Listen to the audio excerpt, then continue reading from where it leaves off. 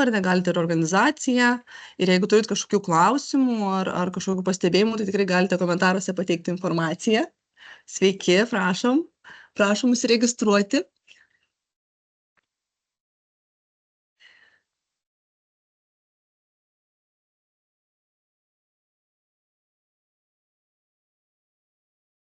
Tai kvietimas numeris 3 yra pagal vietos verslo pradžios ir plėtros priemonę.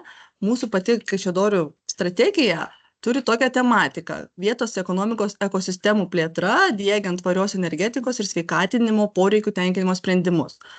Tai pagal šį kvietimą paraiškos priimamos iki balandžio 18 dienos, 24 valandos ir paraiškos, čia noriu atkreipti dėmesį, turi būti atsiųstos elektroniniu būdu, pasirašytos elektroniniu parašu ir atsiųstos į ne pagrindinį mūsų elektroninį paštą, o būtent kaišiadorys.vvg.dokumentai@gmail.com. Apie pačią priemonę, tai kvietimo suma yra 281 449 eurai, tai yra visa strategijai numatyta verslo suma. Realiai, jeigu bus panaudota visa suma, tai bus tik vienas verslo kvietimas pagal šitą mūsų strategiją, kuri yra iki 29 metų. Tai tikrai skatinam rašyti, teikti. Maksimali parama yra iki 56 289 eurų 80 centų, tokia nelabai apvali suma. Ir 5 projektai bus finansuoti, jeigu jie prašys maksimalios šitos paramos sumos. Intensyvumas maksimalus yra iki 65%. Remiamos veiklos reikalingos verslo kūrimui ir plėtrai. Dar kartą cituoju, čia tiek pradžiai priemonė ir plėtrai. VRK sąrašas tų remiamų veiklų yra prie priemonės priedas numeris 3, po to mes jį vėliau apžvelgsime. Kas gali teikti paraišką? Tai VVG teritorijoje, tai registruoti, tai VVG teritorija yra Kaišiadorių rajonas išskyrus miestą. Tai VVG teritorijoje registruoti privatūs juridiniai asmenys ir fiziniai asmenys. Tai labai maža arba maža įmonė. Fiziniai asmenys turi būti vyresni. Sveiki, prašom, užeikit. Užsiregistruokit, pasidarykit arbatos kavos, jeigu norit, vanduo karštas. Taip pat ir ūkininkai yra tinkami pareiškėjai.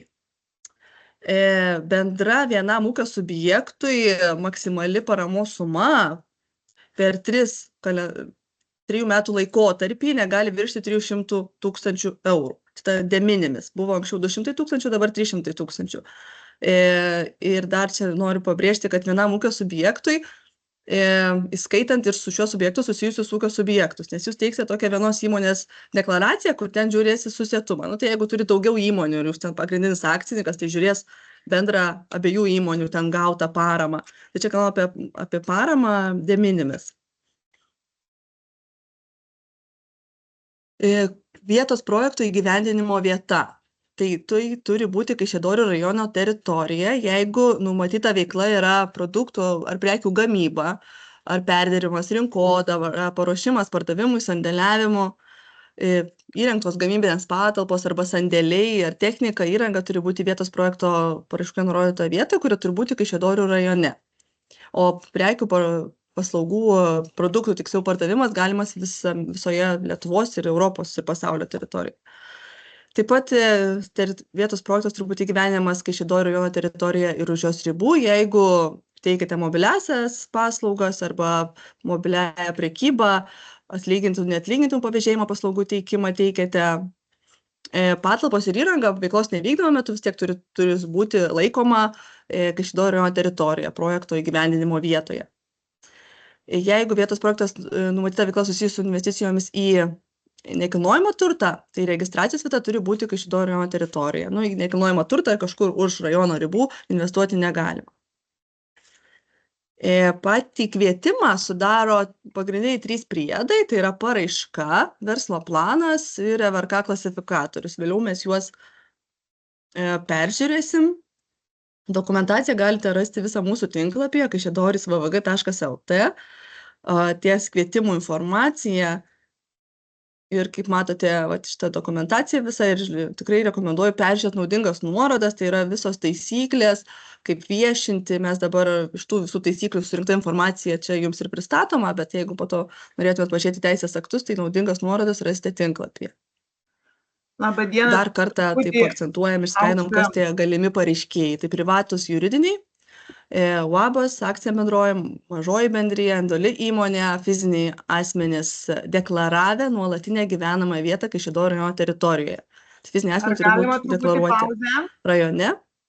Verslo liudijimas arba individuali veikla. Su šiom dviem tipais gali teikti paraišką.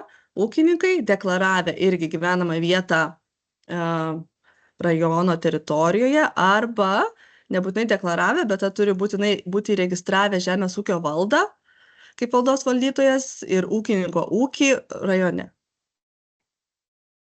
Neturėti įsiskolinimų valstybės biudžetui ir man čia rodo tik taip pat. Ir socialiniam draudimui. NMA šitos dalykus tikrins, kai paraiškos pateikimo momentu ar nebuvo skolingas. Kaip minėjau, tai yra pradžiai ir plėtrai. Tai svarbu pabrėžti, kas yra tas naujas ūkio subjektas. Tai jeigu tai yra įmonė, tai jinai įsteigta 25 arba 24 metais. Ir tai skaitysis kaip naujas ūkio subjektas. O jeigu fizinis asmuo, tuomet jis turi 12 mėnesių iki paraiškos pateikimo būti nevykdęs jokios nežemės ūkio ekonominės veiklos arba per nurodytą laikotarpį vykdęs ne mažiau kaip 30 dienų, neatsižvelgiant į tai, ar buvo gauta pajamų.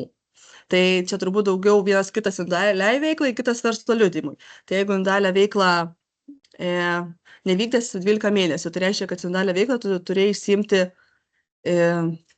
prieš paraiškos pateikimą. Arba jeigu verslo liudijimas, tai tu, jeigu ten įsima, pavyzdžiui, savaitgaliams, tai iki 30 dienų tu galėjai per metus būti vykdęs ir tada nežiūrėsi, kiek buvo gauta pajamų. Ir jeigu netitinkančių kriterijų, tai tada kitu atveju pas jus yra plėtra. O kodėl tai yra aktualu? Dėl to, kad skaičiuojame ekonominio gyvybingumo rodikliai. Tai verslo plėtrai ir skaičiuojami grynojo pelningumo ir skolos rodikliai už 22 arba 23 arba 24. Tai abu rodikliai turi būti pasirenkami iš tų pačių metų, tai tiesiog turite atitikti, kad grynasis pelningumas turi būti daugiau arba lygu nuliui, tai reiškia neturėti nuostolio, o skolos rodiklis, vienus iš šitų pasirinktinai. Čia, žinokit, žiūri tik, kad atitiktumėt. Čia tinkamumo tokia sąlyga, nesvarbu, kiek ten bus pas kažką daudesnis tas rodiklis, o skolos rodiklis būtų mažiau kaip 0,65, tai yra ekonominio gyvybingumo taisyklės, kur ten yra tos formulės, kaip jie skaičiuojasi. Tai būtent tiesiog rekomenduojam imti praeitus ataskaitinius metus, nes reikia pateikti finansinės ataskaitas, jau teikiant paraišką. Tai 24, jeigu atitiko abu rodiklius, tai ir žymėkite juos, o jeigu netitiko, tarkim, buvo nuostolis, tai galite imti 23 metų duomenis, jeigu ir tie netitiko, tai gali 22 metų duomenis. Tai tiesiog čia net 3 metų laikotarpį galite žiūrėti atgal. O verslo pradžiai, kadangi tai yra pradžia, tai tokio reikalavimo nėra, tai nežiūri tų rodiklių. Bet, kaip matot, lentelė yra parodyta 25 paraiškos teikimo metai ir po to projekto įgyvendinimo metai ir kontrolė. Tai tie rodikliai nurodyta, koks bus įsipareigojimas, jei gausite paramą. Kokia veikla remiama? Tai iš karto nueikim į EVRK. Norim atkreipti dėmesį, kad tai yra nauja redakcija, patvirtintas naujas ekonominės veiklos rūšių klasifikatorius nuo sausio 1 dienos, tai mes pagal jį ir paruošėm šitą dokumentą. Neremiamos veiklos parodytos švelniai rausva spalva, žemės ūkis, miškininkystė ir žuvininkystė yra neremiami. Reiškia, kad ūkininkas, noriu čia akcentuoti, kad jis negali vykdyti žemės ūkio veiklos pagal šitą projektą, nes šis yra projektas ne žemės ūkio veiklai, verslui. Bet gali teikti su žemės ūkiu susijusias paslaugas. Tai pavyzdžiui, teikti paslaugas kitiems. Čia iš EVRK, kur baltai pažymėta, tai yra remiama.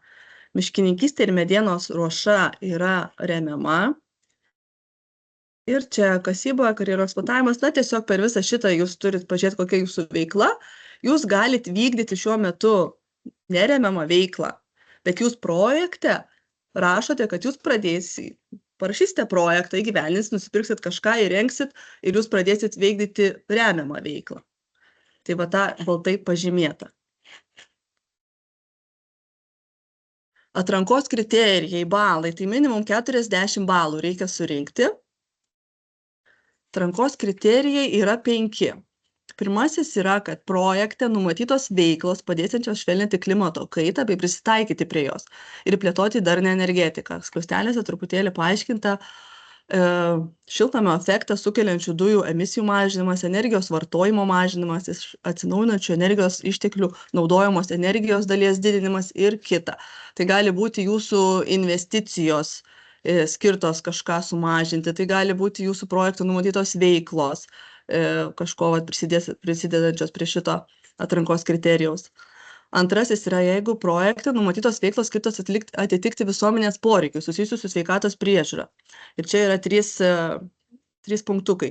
Pirmasis yra maisto vartojimo pokyčiai ir maisto atliekų mažinimas, sveikos gyvensenos formavimas 15 balų, sveikatinimo priemonės integruojančios turizmo paslaugos 10 atrankos balų. Vieną iš šitų galite pasirinkti. Projektas skirtas verslo pradžiai 25 balai, verslo plėtrai 15 balų. Prašoma paramos ekonominiai veiklai. Jeigu tai yra gamyba, kažką gaminsit ir jūsų paskutinis produktas yra kažkokia prekė, kurią jūs parduodat, tai yra 20 atrankos balų. Tai reiškia iš EVRK sekcijos C, tai jūsų EVRK turi būti. O jeigu kitai leidžiamai veiklai, tai 15 balų. Ir amžius, jeigu pareiškėjas jaunas iki 40 metų, 15 balų. Tai jeigu fizinis asmuo, tai viskas aišku tas amžius, o jeigu juridinis, tai pagrindinis akcininkas, turintis daugiau kaip 50%, 51 pavyzdžiui, yra iki 40 metų imtinai, o mažosios bendrijos atveju vadovas. Paraiškos lentelę. Irgi galim iš tikrųjų nueiti šiuo momentu, pažiūrėti, kaip atrodo paraiškos lentelė. Visi priedai, kuriuos reikės pildyti, yra Excel formatu. Tai 5 tas šytas yra atrankos kriterijai, tai tiesiog prie atrankos kriterijaus žymite taip ar ne. Atkreipiu dėmesį, kad jeigu jum nerodo tokio iššokančio lango, tai jum reikėtų kažkaip atsinaujinti tą ofisą. Nes jeigu senas ofisas, tai gali nerodyti iššokančių langų. Ir jeigu pasirenka taip, tai tiesiog čia yra atitiktis kriterijų, aprašote, kaip jūs atitinkate. O čia yra patikrinamumas, kaip mes tikrinsim ir kaip kontroliuosim.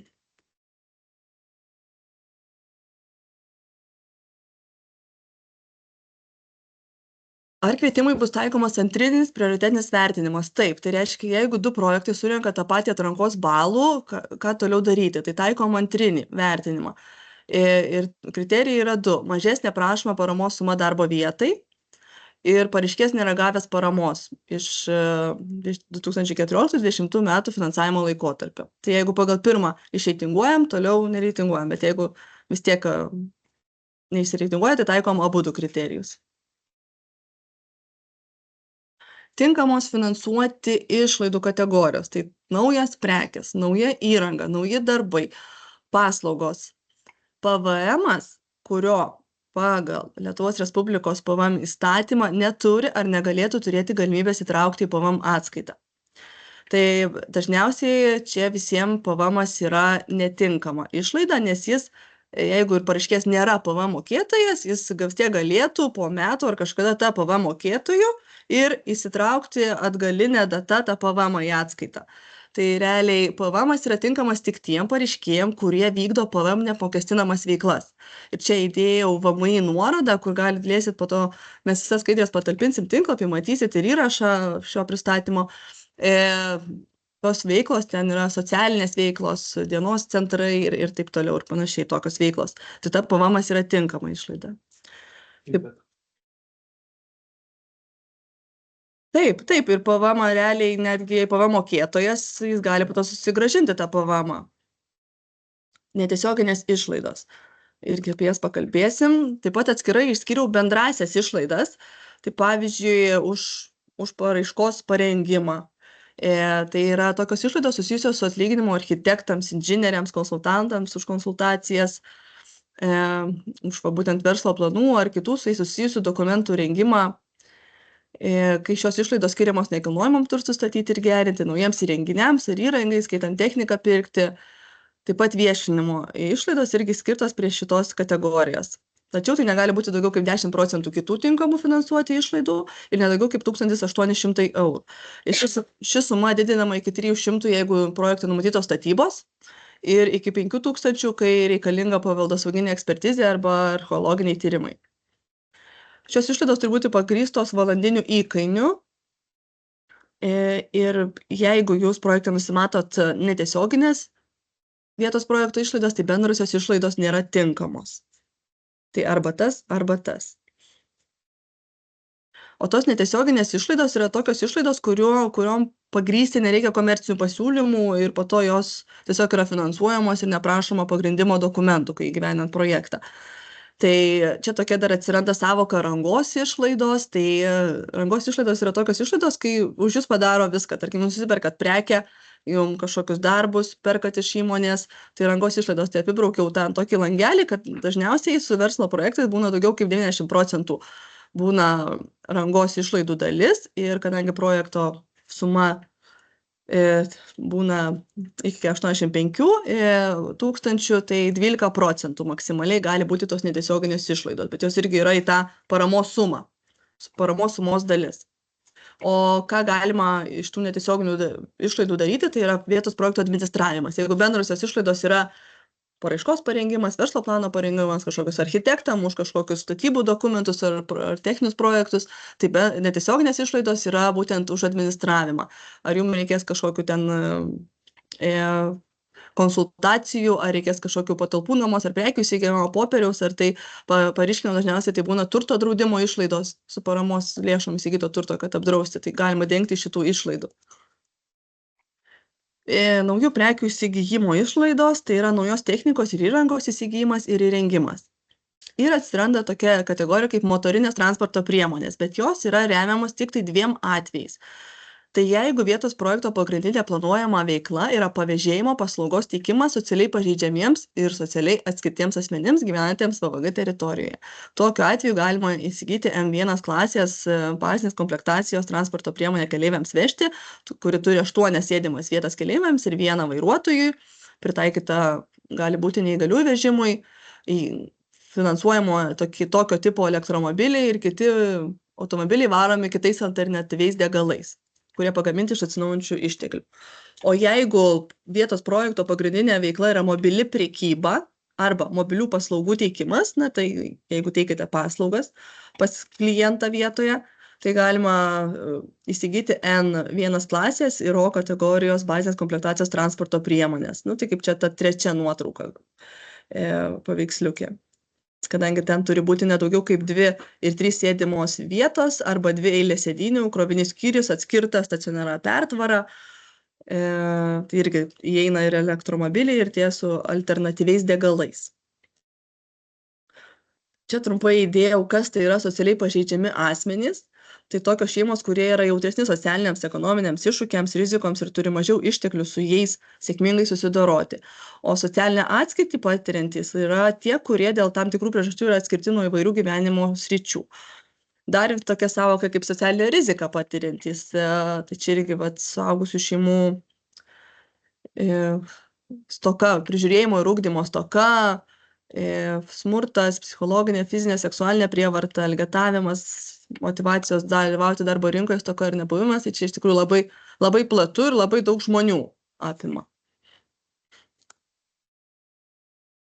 Toliau iš kategorijos pakalbėkime apie statybas, nes tai gali būti, jūs galite projekto metu statyti naują statinį, jį rekonstruoti, atlikti kapitalinį remontą, įrengti infrastruktūrą arba ją atnaujinti. Tai tik čia pažymėjau, kad jeigu tai yra nauja statyba, tai žemė privalomai turi būti nuosavybės teise pareiškėjo. Taip pat galimi paprasto remonto darbai, juos truputį apžvelgsiu, nesudėtingų statinių statyba, rekonstravimas ir kapitalinis remontas irgi galimi, jie skirti dėl to, kad jiem tiesiog paprastesnių dokumentų reikia teikiant paraišką, nes aukščiau aptarti tai reikalingas techninis projektas yra projektiniai pasiūlymai.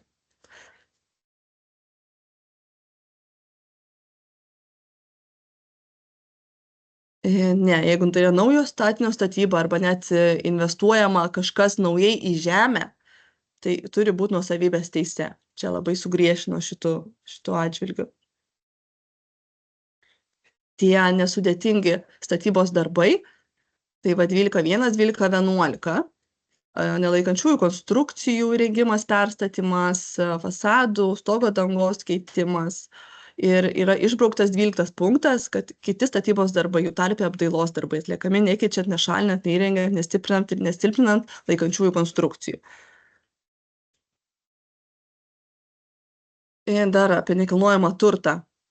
Jeigu norima jį investuoti, pavyzdžiui, daryti kokį kapitalinį remontą, ar ne, tai tas nekilnojamas turtas turi vis tiek kažkokiu būdu nebūtinai nuosavybės, bet turi priklausyti pareiškėjui. Tai ar nuoma, ar kitais teisėtais naudojimo pagrindais. Turi būti sudaryta sutartis nuomos arba panaudos ir įregistruota registrų centre ir galioti netrumpiau kaip į kontrolės laikotarpio pabaigos. Kontrolės laikotarpis yra 3 metai nuo paskutinio pinigų gavimo. Tai to tada, kai įgyvendinat projektą, gaunat pinigėlius, tada 3 metai. Žemė po naujai statomais statiniais ar žemė, kurią investuojama, turi priklausyti nuosavybės teise. Išskyrus atvejus, kai pareiškėjas žemės nuomos, panaudos ar patikėjimo teisės sutartį yra sudarę su valstybinės žemės valdytojai. Su valstybe. Jeigu investuojama į valstybinės žemės sklypą, kuris yra nesuformuotas, turi gauti rašytinis NŽT sutikimas. Jeigu tai priklauso keliems bendraturčiams, reikia gauti visų sutikimus. Kaip reikia pagrįsti išlaidas? Tai turi būti 3 komerciniai pasiūlymai arba ekrano nuotraukos, arba kitų priimtinų būdų. Tai čia vat yra tokie galimybei. Komerciniai pasiūlymai, čia vat punktukais pažymėta, kad turi būti surinkti iš tų tiekėjų, kuriems tai yra įprasta komercinė veikla. Reikia nurodyti pagrindinį investicijos parametrą. Negali skirtis daugiau kaip 10% tie parametrai. Pavyzdžiui, ten pagrindinis gale arba ten kažkoks pastatas, tai ten plotas ar kažkoks toks keli gali būti tie parametrai. Bent vienas pasiūlymas turi būti ne iš Kaišiadorių rajono teritorijos, tai gali būti iš Kaišiadorių miesto. Turiu pasirašyti arba pateikti įrodymą, kad jis siųstas elektroniniu paštu. Tai ekrano nuotrauką pridėti. Adresuoti pareiškėjų, galioti paraiškos pateikimo metu, kainos turi būti aiškios be PVM, PVM su PVM, prekės turi būti naujos ir nenaudotos. Rekomenduojam tokį sakinį, kad tiekėjai įdėtų į komercinį, kad prekės naujas, nenaudotos atitinka Lietuvos ir ES standartus. Bei kad prekės nebus perkamos arba kurių kilmės šalis, arba kurios pagamintos Rusijos Federacija, Baltarusijos Respublika, Kryme, Moldovos ir visas sąrašas teritorijų, iš kur negalima pirkti paslaugų, prekių ir darbų. Galite pateikti atliktų pirkimo dokumentus, bet irgi čia tuo atveju jau galit turėti sutartį pasirašę, bet reikia jau turėti apklausus 3 vis tiek tiekėjus. Arba tai gali būti patvirtinti tyrimai, įkainiai tam tikrų išlaidų. Tai investicijos yra nuoroda, tai kartais grindžia konsultavimą šitais įkainiais, tada nereikia 3 komercinių pateikti. Išlaidos turi būti detaliai išdėstytos, tiesiogiai susijusios su projekto įgyvendinimu ir būtinos, kad projekto tikslai nebūtų pasiekti be šių išlaidų, būti patikrinamos, nekeičiamos projekto įgyvendinimo metu. Patirtos tinkamų laikų, tai reiškia ne anksčiau kaip nuo projekto paraiškos pateikimo dienos ir ne vėliau iki pabaigos, išskyrus bendrosios išlaidos gali būti patirtos 12 mėnesių iki paraiškos pateikimo. Projektą galima įgyvendinti 3 metus.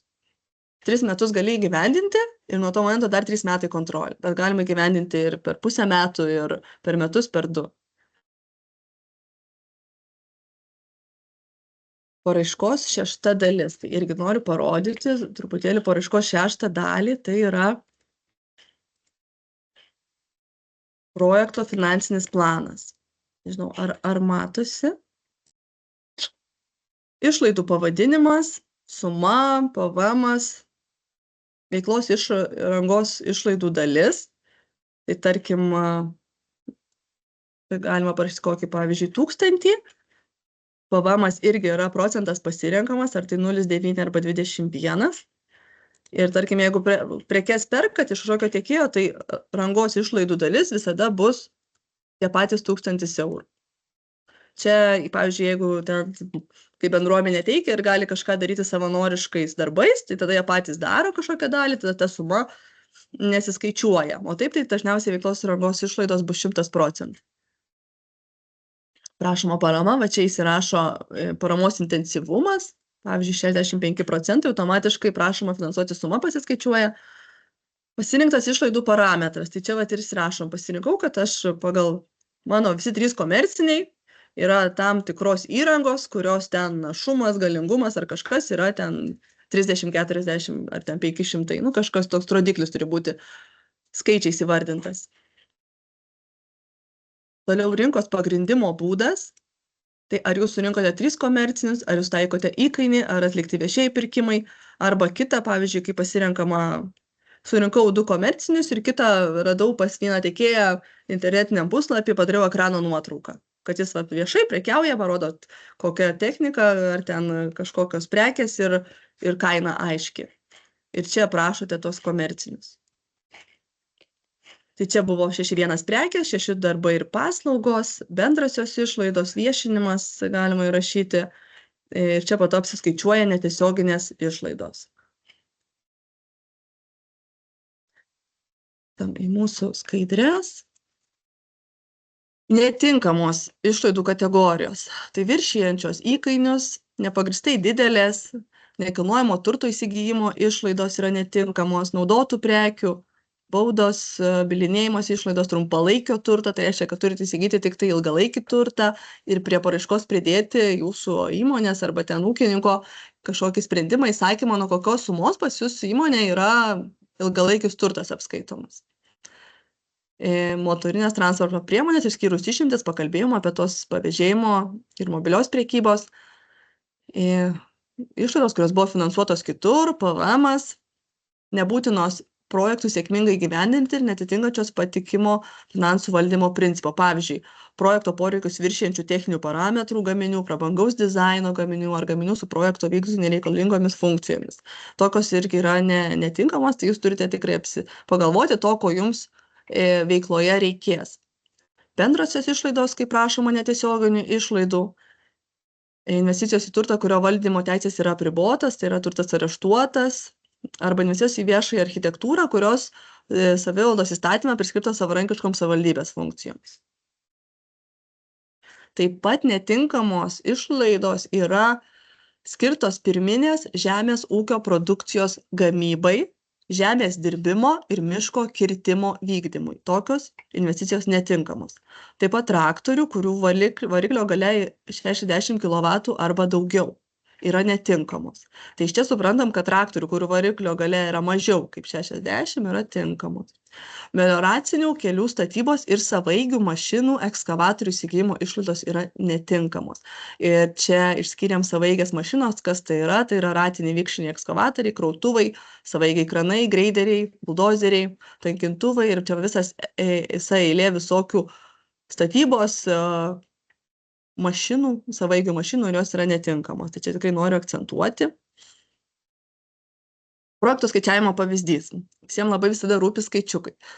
Tai parama, pavyzdžiui, jeigu prašote maksimalios paramos sumos, yra 56 289,80 €, tai yra 65% projekto vertės nuo sumos be PVM.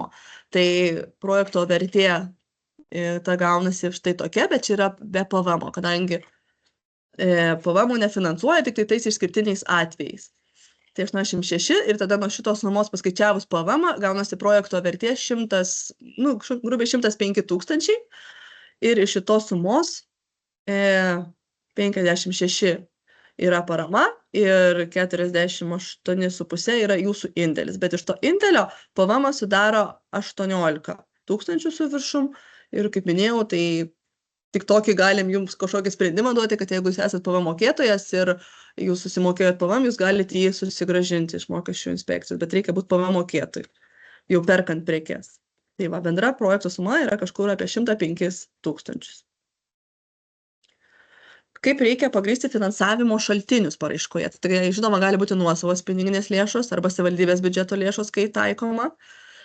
Skolintos lėšos. Čia noriu irgi atkreipti dėmesį, nes turi būti pateikiama finansų įmonės arba kredito įstaigos paskolos arba per sutelktinio finansavimo platformos operatorius teikiamos paskolos arba nuomos lizingo teikimo galimybės patvirtinimo dokumentas. Anksčiau būdavo, kad galima iš juridinio asmens arba fizinio pasiskolinti. Šiuo atveju tokios galimybės nėra. Iš vietos projekte numatytos vykdyti veiklos gautinos lėšos. Jeigu dabar įmonė neturi lėšų pakankamai sąskaitoje, bet jinai žino, kad, tarkim, projektą jinai vykdys gal tik tai šių metų pabaigoje, jei reikės tų pinigėlių ir jinai žino, kad jinai sugeneruos dar per šios metus pajamų, jinai verslo plane turėtų taip ir apsirašyti, kad visur matytųsi ir balanse, ir pelno nuostolio ataskaitoje, kad liks va toks pinigų suma, man nepanaudoti ir aš ją galėsiu panaudoti va būtent, tarkim, gal ne metų gale, nes reikia ataskaitų už metus ar ne, bet tarkim kitais metais, sausį kokį, už metų. Tai gali būti iš verslo plano tam tikras sumas, parodyta, kad sugeneruota ir jinai bus panaudota būtent projekto įgyvendinimui. Gautinos paramos lėšos, kai vietos projektas įgyvendinimas ne vienu etapu. Tarkim, aš pateikiau kažkokią dalį projekto įgyvendinimo, teikiau mokymo prašymą, gavau lėšas tam tikras iš agentūros ir aš jas vėl panaudoju projekte. Paramos išmokėjimo būdai yra 3. Tai toks vienas palankiausių galbūt yra išlaidų kompensavimas su avansu. Avansas gali būti iki 40% paramos sumos. Tik reikia atkreipti dėmesį, kad tada nuo to avanso gavimo dienos reikia mokėjimo prašymą pateikti per 3 mėnesius. Tai jeigu, tarkim, perkama viena investicija ir jūs gaunate avansą ir jūs, tarkim, kažkam sumokat, tai per 3 mėnesius jūs jau turite turėti ir tą techniką kieme, ir įdarbinti, tarkim, žmogų ir visą kitą ir pabaigti projektą. Tai aišku, jeigu perkama daugiau investicijų, ne viena, tada galima su tuo avansu dirbti. Išlaidų kompensavimas, tai reiškia, kai jūs viską patys turit pakankamai lėšų, viską sumokat, tarkim, tą 105 000, jeigu apie juos kalbam, ir po to jūs teikiat mokėjimo prašymą ir jums sugrąžina 56. O sąskaitų apmokėjimas, čia galbūt šitas yra palankiausias, bet čia yra toks minusas, jūs sumokat tiekėjui savo dalį, tik savo indėlį, o paramos sumos 56 000 šiuo atveju tiekėjas turi palaukti, kol jum įvertins mokėjimo prašymą ir perves pinigėlius nacionalinio mokėjimo agentūrai sąskaitą ir tik tada jūs pervesi tiekėjai. Tai čia va toksai su tiekėju reikia labai gerą tiekėją reikia susirasti, bet yra tokių atvejų, kad tikrai palaukia. Jeigu prašoma maksimalios paramos, tai yra lygų 1,5 darbo vietos. Reiškia, reikia projekto metu tai veiklai sukurti ne mažiau kaip 1,5 darbo vietos. Bet jeigu prašote mažiau paramos, atitinkamai pagal skaičiuoklę galite pasiskaičiuoti ir jums reikės kurti mažiau darbo vietos. Tai kas ta nauja darbo vieta? Tai naujai sukurta ir projekto kontrolės laikotarpiu išlaikyta darbo vieta, visas etatas, skaičiuojam, kad etatas yra 8 darbo valandos per dieną, tiesiogiai susijusi su projekto numatytos veiklos vykdymu.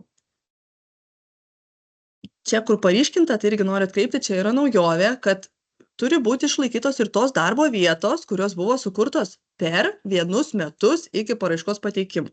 Tai jeigu jūs paraišką teiksit, teikimas yra nuo kovo iki balandžio, tai jeigu teiksit, tarkim, balandį, tai turės išlaikyti tas darbo vietas, kurios buvo sukurtos iki praeito balandžio. O jeigu jūs naujų darbo vietų nesukūrė, tai reiškia, turėsit išlaikyti tik tai projekto metu sukurtą darbo vietą. Apie darbo vietos taikymą ir visą metodiką yra šitas teisės aktas. Tikrai rekomenduoju pasiskaityti prieš teikiant paraišką.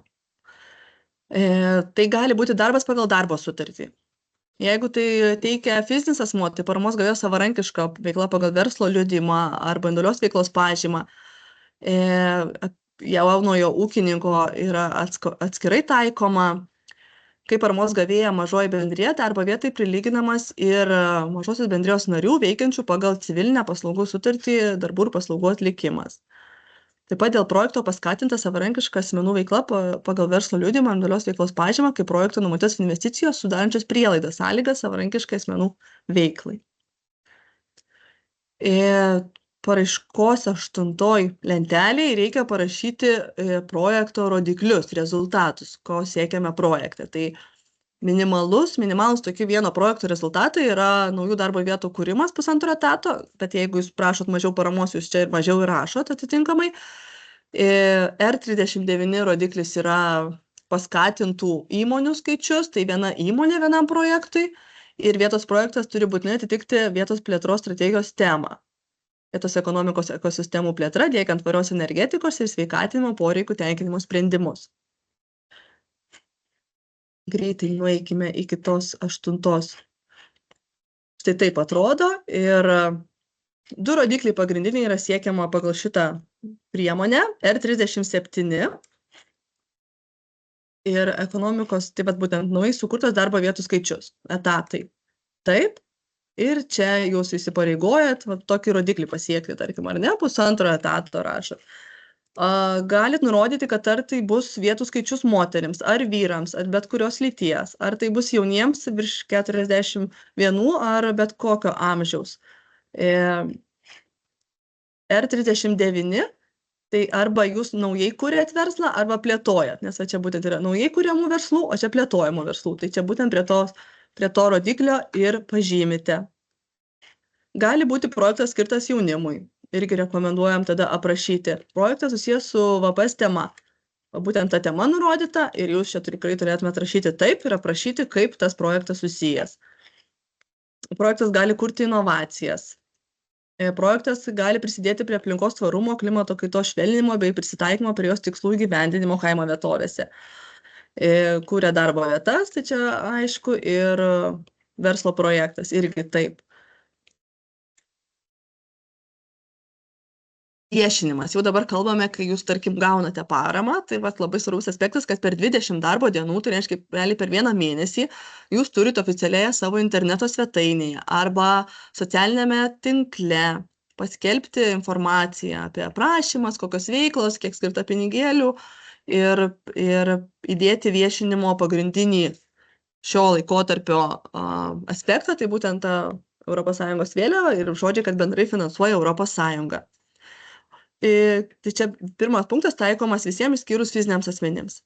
O jei parama yra lygi arba viršė 50 000, turit pakabinti iki galutinio mokėjimo prašymo pateikimo dienos aiškinamąjį stendą arba lygiavertį elektroninį ekraną, jeigu tokį turit.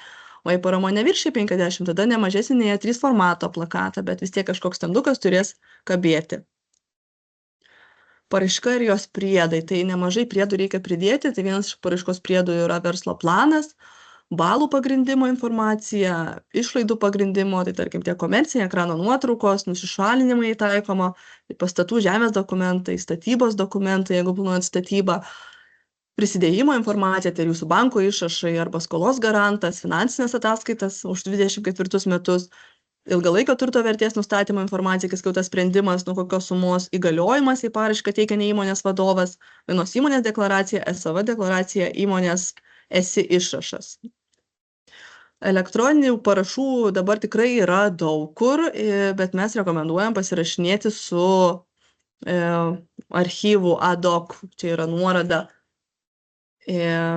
su šita sistema, nes jinai ten nereikalauja prisijungti ir labai norėtume, kad mums pateiktumėt paraišką ad-hoc formatu, tai čia yra ad-hoc dokumento sudarimas ir pasirašymas. Ir pavadinimas, ir tiesiog į šitą dokumentą, po to jūs kaip kelsi dokumentus, galite pridėti daug dokumentų. Paraišką, verslo planą, komerciniai. Vienas dokumentas, kuriame yra daug dokumentų. Tai pasirašytą tokį reikia atsiųsti mums elektroniniu paštu.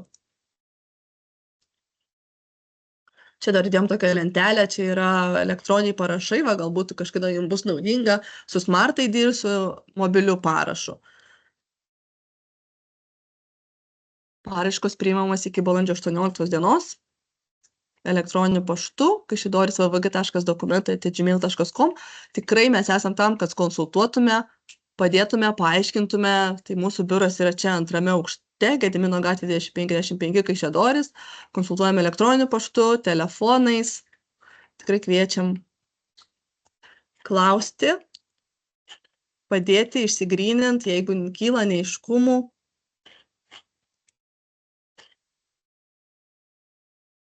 O kiek mūsų jau prisijungia per Teamsus, ar dabar turit kažkokių klausimų, pokalbis, matau, pokalbis tuščias, Nieks nieko neparašė. Ar viskas visiems aišku prisijungusiem?